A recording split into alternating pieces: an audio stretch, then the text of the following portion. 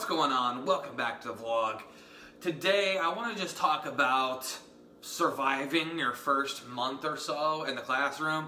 For me, school's coming up in just a couple weeks, and I'm just going to kind of let you in on a few, pull back the curtain, if you will, and let you know what sort of I'm thinking about heading into the school year and how I'm trying to survive it. Because the first part of the school year is madness. It's utter madness. So here's what I do. Before the school year starts, I try my absolute best to take care of every other possible thing in my life that needs taken care of. For example, so far this summer, I've completely purged the inside of my house. This used to be our junk drawer. Junk drawer no more, boom the purge. Look at that, just the essentials. Guest room. This room, oh so dark. This room was the clutter room, and it had boxes, and there's a big old couch here. No more. We have an official guest room for guests. I have completely purged the outside of my house. By that I mean I got all my yard work taken care of, weeds pulled. Look how big these weeds are, what in the heck?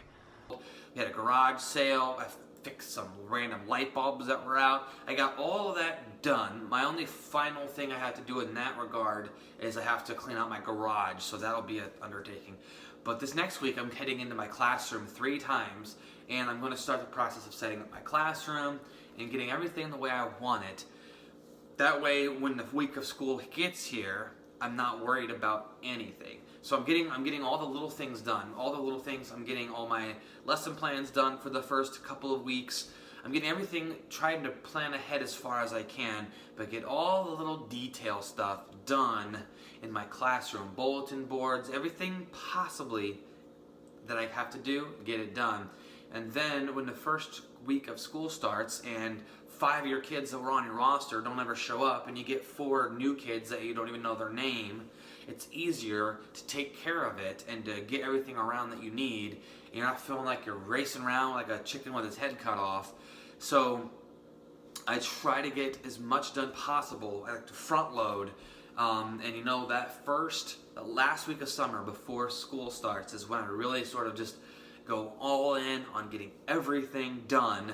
I hate the feeling like I'm overwhelmed. I like to try to keep my head above the water, and I try my best to head into the school year with everything taken care of, all the small little details. Something else that I try to do is I get started right away with having stuff planned for Sunday. The reason why Sunday is because if I don't have stuff planned for Sunday, I'm going to sit around all Sunday worrying about the school week. So for the first couple weeks of school, that's nice because Game of Thrones is still going to be on, so I'll have that to look forward to. But I'm going to start pre-planning my Sunday afternoons, Sunday evenings with some sort of fun, engaging activity, so I'm not just sitting around at home worrying about the school week. That's like one of the worst things, is that Sunday anxiety, that Sunday feeling. To couple with that, to sort of go hand in hand, this year I'm trying something new with my lesson planning to sort of help me survive. I would used to wait till Sunday to do my lesson plans. Sunday, after church, sit down, do lesson plans. And I'm not going to do that this year because I don't want Sunday to be associated with Sunday, lesson plans, getting anxious about the school week. So what I'm going to try to do differently this year is I'm going to try to do them Saturday morning. So get up, have a big old breakfast, and then go close myself in the lair for 2 hours and try to get my lesson plans done. I'm going to give that a try and see how it goes, because then that frees up my entire rest of my weekend. I don't have to worry about it, I don't have to think about it. Especially if you're someone who has children at home or you've got a ton of other responsibilities, especially on the weekends. My suggestion is to try to get them knocked out as soon as possible. Another thing that I've done in the past that I may have to do this year from time to time is get my lesson plans done like Thursday. I'll stay late on Thursday I'll stay late on Thursday in the classroom and try and get my lesson plans done then for the next week, because then Friday I stay a little bit late too, and then I get my copies made, so then I head into the weekend. I don't have to do any lesson plans at all. That's sometimes easier said than done, but it's something that I've done in the past that's really been beneficial and helpful. I'm about to sneeze. Sneeze. Okay.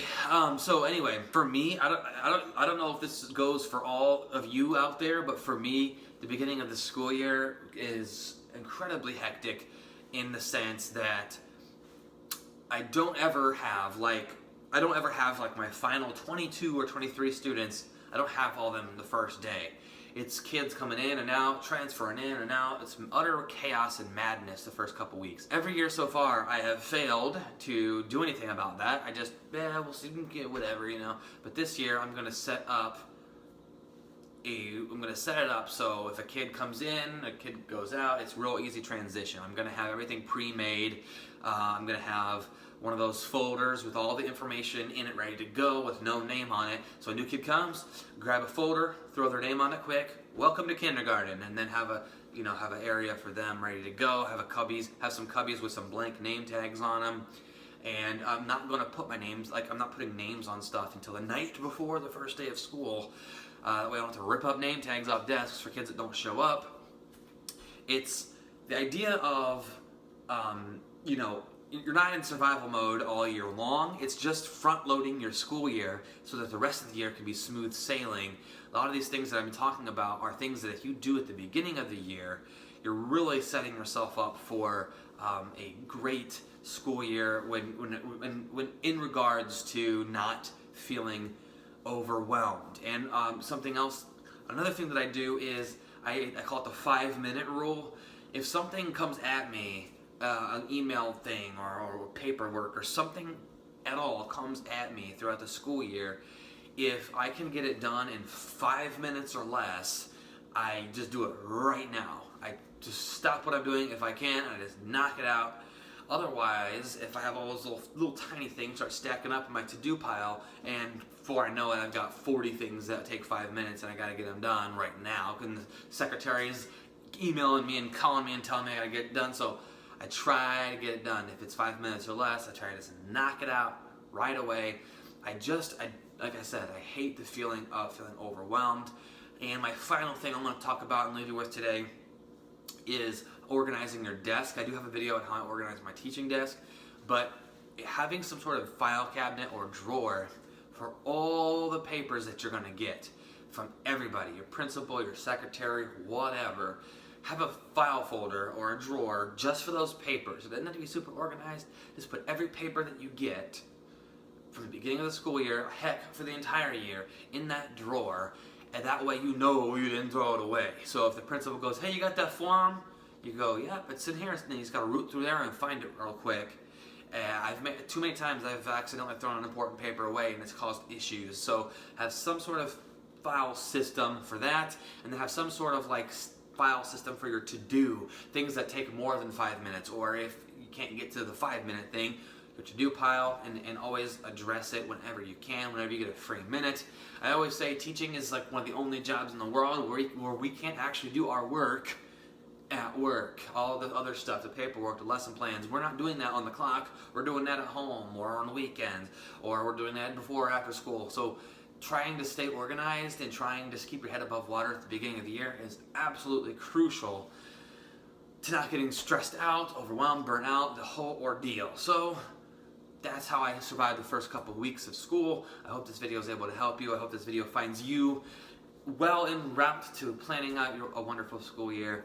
And thanks for watching. Find your gift, share it with the world, and remember, you are worth it. See you tomorrow.